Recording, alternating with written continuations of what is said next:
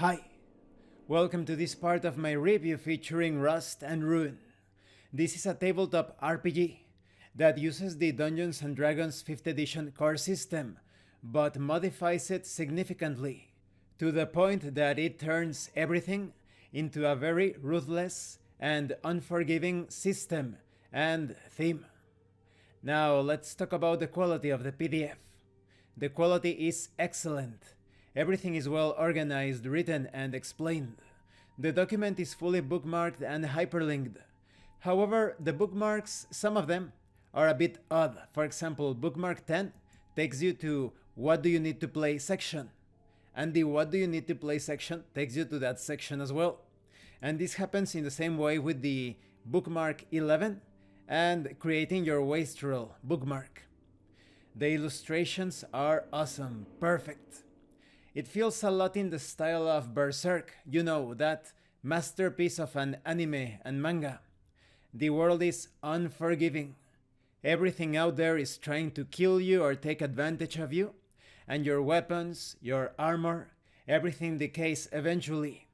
It's a race against time, or rather, a race against death, to see how long you can survive, trying to thrive in a bleak setting, full of obscure twists. So overall, the quality is great. Now let's talk about the content. First, you have an introduction, of course. In this setting, the good guys have already lost. You will explore a world plagued by the aftermath of mad gods, plunging the realm into despair, or the tyranny of an archlich who has transformed the land into an undead nightmare. There is no hard set setting, rather a suggestion of themes that you can play along with to come up with your own setting ideas.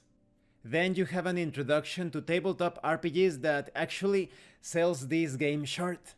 For example, it says here, a tabletop role-playing game is an immersive and collaborative storytelling experience. You are not telling a story about your characters in this tabletop RPG. You are those characters. You are not saying, the warrior approached the ogre and attacked him with his blade, and he hit the ogre across the head, and then he wins, the end. No. I rush at the ogre and swing my sword at his head. You make your check, you roll.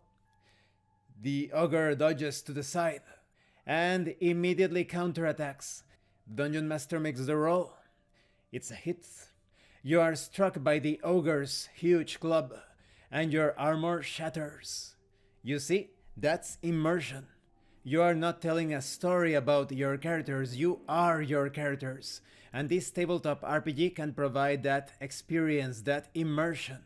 The Dungeons & Dragons classes have been heavily modified for this tabletop RPG. You have mercenaries, scoundrels, thieves, wizards, exorcists, and druids.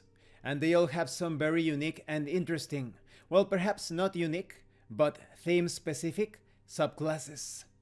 Everything else is pretty standard for Dungeons & Dragons. You have your alignment, your background, your attributes, which are of course strength, dexterity, constitution, intelligence, wisdom, and charisma, with skills such as athletics, stealth, arcana, medicine, deception, etc.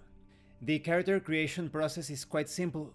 You are given 3 methods to generate your attributes, and then you choose your class. You obtain your hit points, you choose a species or race. They are pretty standard. You have a human that is versatile. You have an elf with certain traits such as dark vision. There is a half-elf that shares some of the versatility of humans and the traits from the elves.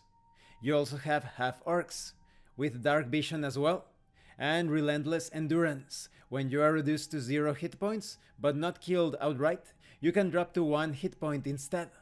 You can't use this feature again until you finish a long rest. So pretty standard. You also have gnomes, you have halflings, dragonborn. They are all within the traits and characteristics that you would expect. And you also have the tiefling and the Goliath. And this concludes this part of the review. In the next part we are going to talk about the classes in detail. I really like this book. However, keep in mind that this feels more like a player's handbook sort of thing. You don't have included monsters or some of the nuances of a game master's or rather dungeon master's guide, but there are going to be plugins or support. This means that you can easily take this tabletop RPG and create your own monsters based on your knowledge of Dungeons and Dragons, or use this game with the bestiary. And if you want to use some elements from the Dungeon Master's Guide, of course, you can also employ those elements. But for those of you that are not interested in purchasing Dungeons and Dragons 5th edition, you will have to wait for some of those plugins or additional books that contain monsters and other things. Thank you for watching this part of the review, and thank you for your likes and your comments. If you have any questions or comments, please let me know.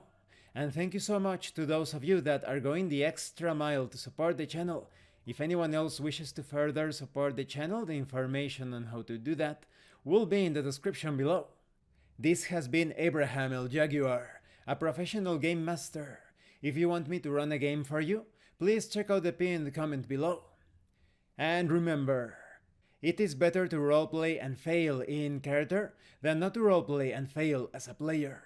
Once again, thank you, and see you later.